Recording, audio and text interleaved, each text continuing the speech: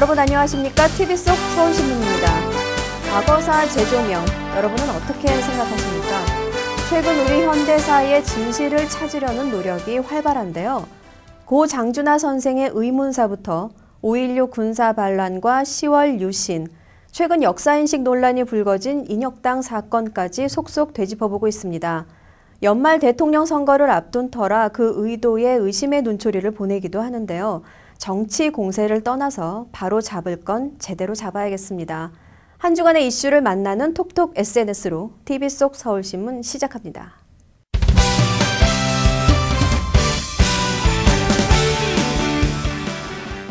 안녕하십니까. SNS에 나타난 목소리를 통해 한 주일 동안 뉴스의 흐름을 짚어보는 톡톡 SNS입니다. 이번 주에는 박근혜 후보의 인혁당 발언 등의 주요 이슈가 됐습니다. 박근혜 새누리당 대선 후보가 유신과 인혁당 사건을 역사의 판단에 맡겨야 한다고 발언한 것과 관련 SNS가 끌어올랐습니다. 박근혜 후보가 인혁당 사건을 얼버무림으로써 스스로 더 이상 독재자의 딸이 아니라 독재자의 후계자임을 입증했다. 인혁당 망언은 민주공화국의 대통령 후보로서는 치명적 결격 사유라는 등 비난의 목소리가 높았습니다. 반대로 언제까지나 정치적 목적으로 과거에만 집착할 것인가라며 박 후보를 옹호하는 의견도 있었습니다. 또 새누리당과 후보 사이에 벌어지고 있는 혼선에도 곱지 않은 시선이 쏟아졌습니다. 안철수 불출마 종용 논란도 여전히 SNS를 뜨겁게 달궜는데요. 특히 새누리당 정준길 전 공보위원이 금태섭 변호사와 택시에서 통화했다는 사실을 시인하면서 통합이 뭔지도 모르고 언어의 유희에 빠진 새누리의 이념적 혼란을 정준길이 잘 보여준다. 몇 년도 아니고 몇 달도 아니고 며칠 전이 기억이 안 나느냐는 등 비난의 목소리가 높았습니다. 독도 문제와 맞물려 중국과 일본 사이에 벌어지고 있는 센카쿠 열도 분쟁에 대해서도 큰 관심을 보였습니다. 반성하지 않는 전범국가는 반드시 비참한 최후를 맞이하게 될 것. 이럴 때 한국, 북한, 중국, 러시아 4국이 동시에 일본을 압박하면 다시는 영토 시비를 걸지 않을 것이라는 등 일본을 비난하는 의견이 많았습니다. 지난주에 이어 통합진보당의 분열 역시 관심의 대상이었습니다. 특히 강기갑 대표가 정계 은퇴를 선언하고 이정희 전 대표가 대선 출마를 거듭 시사하면서 문제를 일으킨 세력은 고개를 쳐들고 다니고 문제를 해결하고자 한 사람은 정치계를 은퇴하다니. 이정희 전 의원님, 국민은 당신이 침묵의 형벌을 계속하길 원합니다라는 등의 질책이 쏟아졌습니다. 이 밖에도 리비아 주재 미국 대사 피습 사망, 김기덕 감독의 피에타 황금사자상 수상, 담뱃값 인상 추진, 나로 발사 계획 등이 SNS의 주요 이슈가 됐습니다. 국내 초등학생 수가 10년 연속 감소하면서 300만 명 이하로 떨어졌다고 하죠. 1980년의 절반 수준이라는데요.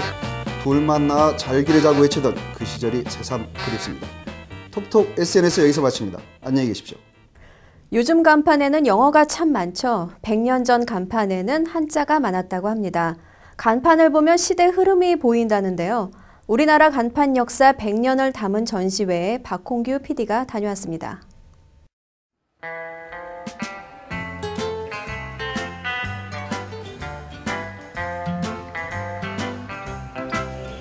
나무로 만든 기타 개인지도 간판, 다양한 연탄 판매소 간판들.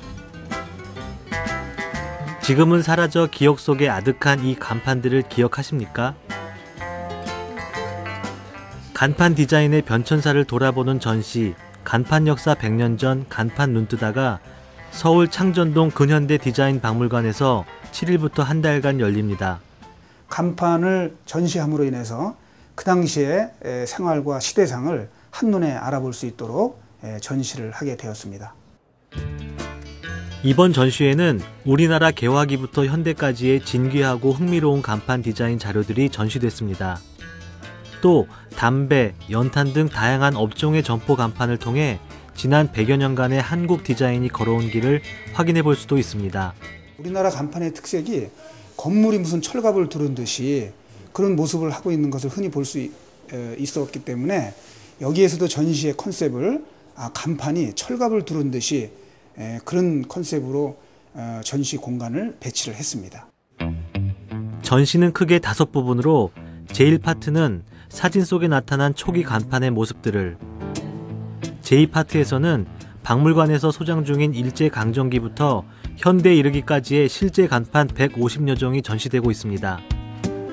서울의 대표적인 거리인 홍대, 강남역, 압구정, 종로, 인사동 5곳의 거리 간판도 볼 수 있습니다.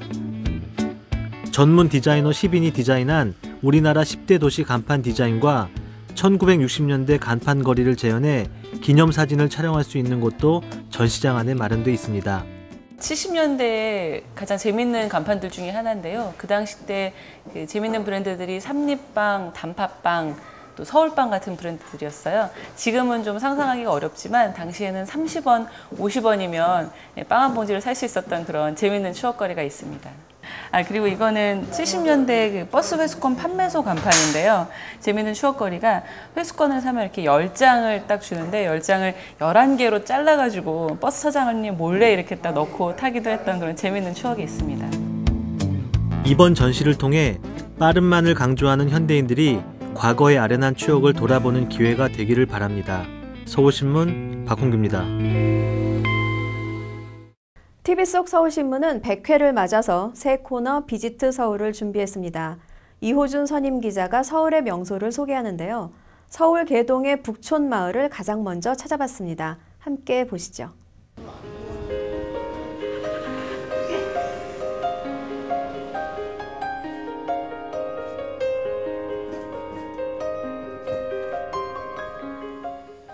북촌은 서울 600년 역사가 고스란히 배어있는 전통 주거지역입니다. 삼청동, 가회동, 계동, 제동, 안국동, 원서동 등에 걸쳐 있는 이곳은 조선시대 사대부와 권문세가 왕족들이 많이 살았다고 하죠. 북촌이라는 명칭은 청계천과 종로의 윗동네란 뜻으로 붙여졌다고 합니다. 물론 그 으리으리한 집들이 모두 남아있는 것은 아닙니다. 일제 때 땅을 분할하면서 큰 집들을 작게 나눴다는데요. 새로 집을 지으면서 서로 지붕을 맞대는 작지만 생활하기 좋은 한옥들이 들어섰습니다.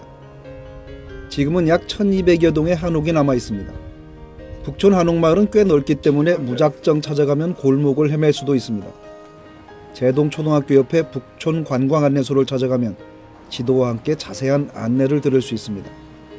오늘은 북촌에서도 가장 아름다운 곳만 골랐다는 북촌 팔경을 찾아가 보겠습니다.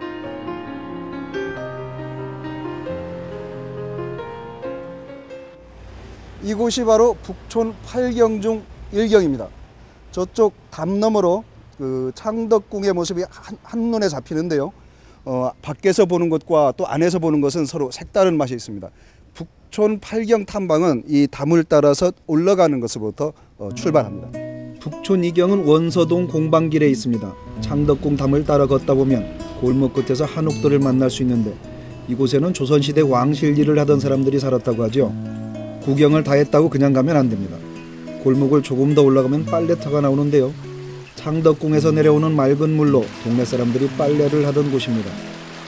이젠 전국 어디에서도 구경하기 힘든 빨래터를 서울 한복판에서 볼 수 있다는 게 신기합니다. 이곳이 가회동에 있는 북촌 3경입니다. 아담한 한옥들이 서로 이야기를 나누는 듯 마주보고 있는 골목을 걸어가며 산책하는 즐거움을 누릴 수 있습니다. 지도를 든 외국인도 여럿 눈에 띕니다. 북촌 3경에는 전통 문화를 체험할 수 있는 공방들이 많이 모여 있습니다. 그중 한상수 자수공방이라는 간판이 붙은 집으로 들어가 보겠습니다. 이곳 역시 미음자형의 전통 한옥을 개조하여 공방과 전시실로 꾸몄습니다. 주요 무형문화재 80호인 자수장 한상수 선생의 작품과 자수유물, 민수품을 전시한 박물관입니다. 한상수 자수장은 지난 50년간 전통자수 외길을 걸어온 분입니다. 술을 놓으라고 하니까 자수라는 이제 공에 해당되는 건데요. 일반적으로 알기에는 그 여성들이 그냥 그 수 놓는 걸로만 알아서 하찮게 생각을 하는 경향이 많았어요. 아름다운 극치가 정말 자수라면은요, 자수의 미학이라든지 공예라든지 여성의 마음이라든지를 많이 표현해줘야 고마운 거잖아요. 그래서 참 여러 가지로 자수 전문가들은 많지 않고 해야 될 일은 많고 또 이 수에 대한 기법도 다 정리가 돼 있어요. 그랬는데 하나도 그게 외부에 PR이 안 되고 하나의 수는 쟁의로만 생각하는 거예요. 고도 예술을 만들어 나가는 걸 생각을 않고. 전시실에서는 다양한 자수작품과 소품들을 감상할 수 있습니다. 관람객들도 신청을 하면 직접 자수를 체험해 볼 수 있다고 합니다. 자기네 쪽으로 남겨달려서네. 북촌에는 이 밖에도 다양한 공방과 박물관이 있어서 우리 전통문화의 향기를 만끽할 수 있습니다. 조금 쉬었으니 북촌 사경으로 출발합니다.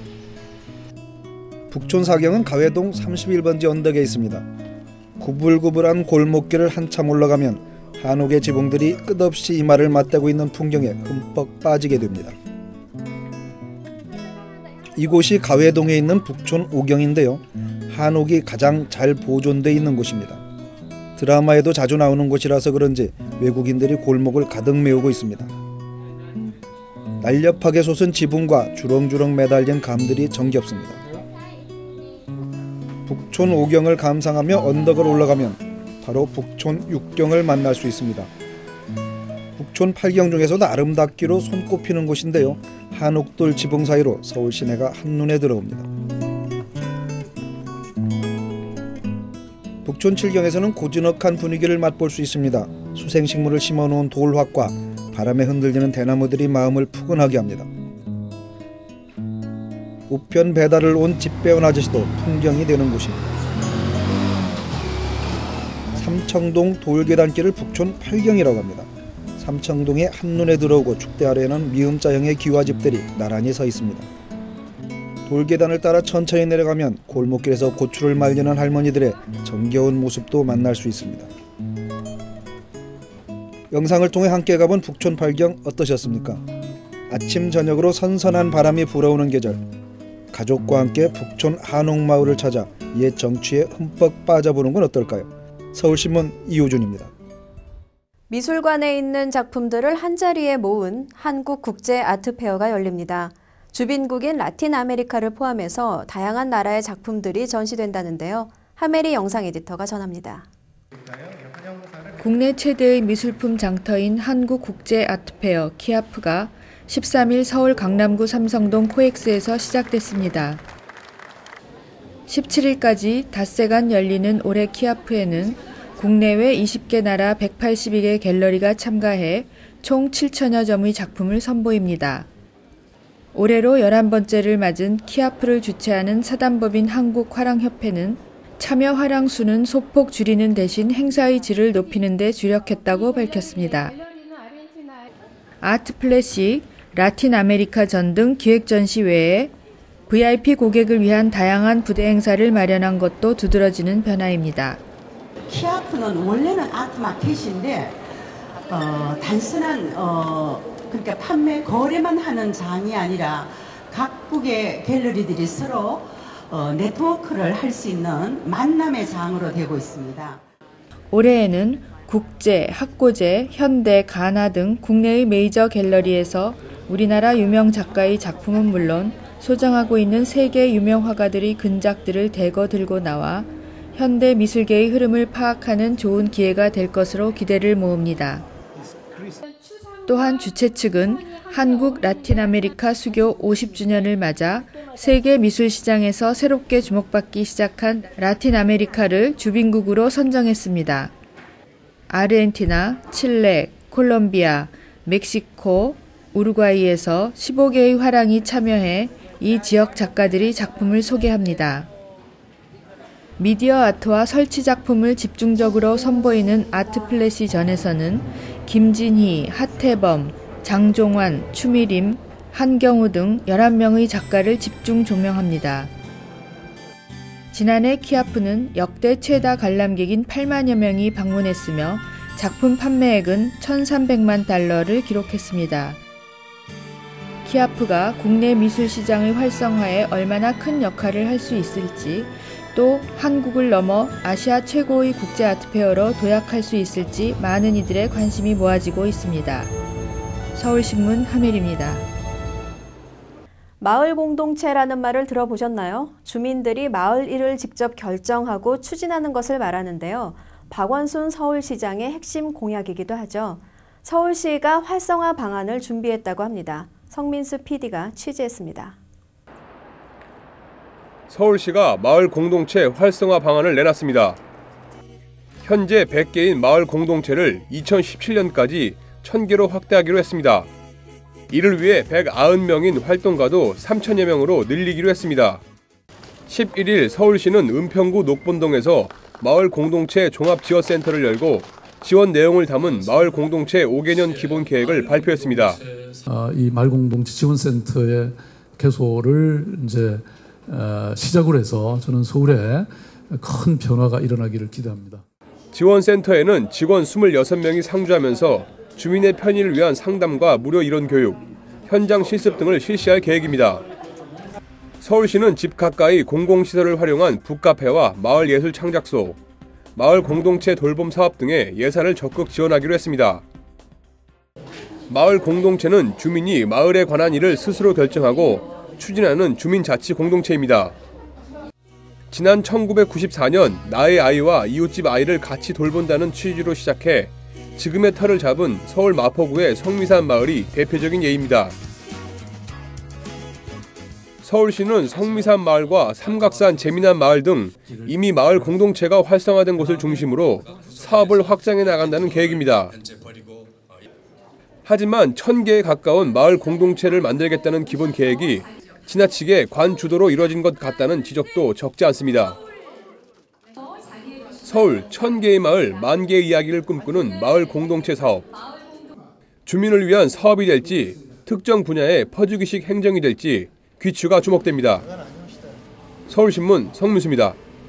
제17회 부산국제영화제가 다음 달 4일 개막합니다. 75개 나라의 304편 영화가 관객들을 만날 준비를 하고 있다는데요.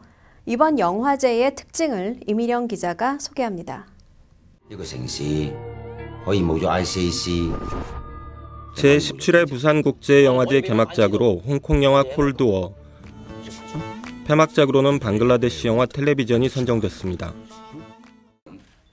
부산국제영화제 조직위원회는 10일 서울 종로구 시내코드 선재에서 기자회견을 열고 영화제의 윤곽을 드러냈습니다. 올해 부산국제영화제는 센텀시티, 해운대, 남포동에 위치한 7개 극장 37개 관에서 10월 4일부터 13일까지 열흘간 진행됩니다.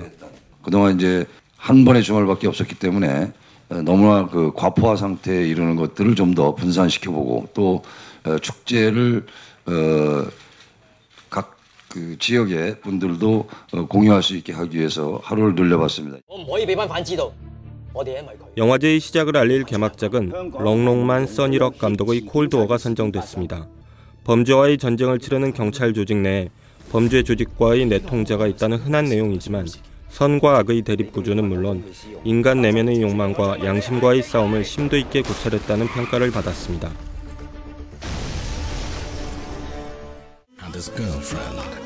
폐막작으로는 모스타파 파루키 감독의 텔레비전이 상영됩니다.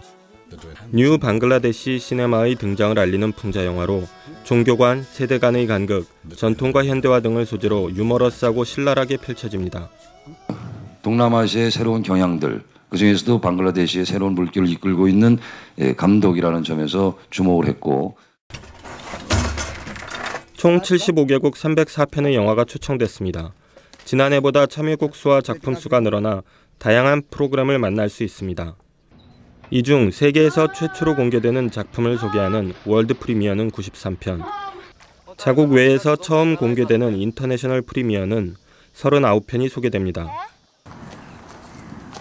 특히 세계 최초 공개 작품이나 거장들의 신작을 소개하는 갈라 프리젠테이션에서는 정치적 이유로 망명 생활 중인 이란의 부자 감독 모우센과 메이삼 마흐말바프가 이스라엘에서 위험을 무릅쓰고 만든 정원사가 눈길을 끕니다. 정원사는 종교와 평화에 대한 세대 간 시각차를 다룬 작품입니다. 이 작품은 이스라엘에서 찍었습니다. 그래서 모우센 마흐말바프 감독에게 있어서는 상당히 이러저러한 위험을 감수를 하면서 찍은 작품입니다. 이외에도 아시아 영화의 창, 뉴 커런츠, 한국 영화 회고전, 월드 시네마, 플래시 포워드, 와이드 앵글, 오픈 시네마, 특별기획 프로그램 등 11개의 프로그램이 운영됩니다. 특별 기획 프로그램 중 탈레반 정권 기간 동안 아프가니스탄 영상자료원이 목숨을 걸고 지켜낸 6편의 영화도 소개됩니다. 탈레반 정권 시절에 그 모든 영상 매체가 금지되고 아프가니스탄 국립영상자료원이 소장하고 있던 모든 필름이 다 정부에 의해서 불태워질 운명에 처했지만 그 직원들이 목숨을 걸고 지켜낸 작품들이 있습니다. 그리고 그 지켜낸 작품들 중에 베스트를 저희가 이번에 소개를 합니다. 서울신문 이밀영입니다. 청명한 가을 날씨가 참 좋다 싶었는데 또 태풍 소식입니다. 16호 태풍 산바가 북상하고 있다는데요. 다음 주 초에 강풍을 동반한 많은 비가 내릴 전망이라고 합니다. 비 피해 없도록 철저하게 대비해야겠습니다. TV속 서울신문 오늘은 여기까지입니다. 저희는 다음 주 이 시간에 다시 찾아뵙겠습니다. 안녕히 계십시오.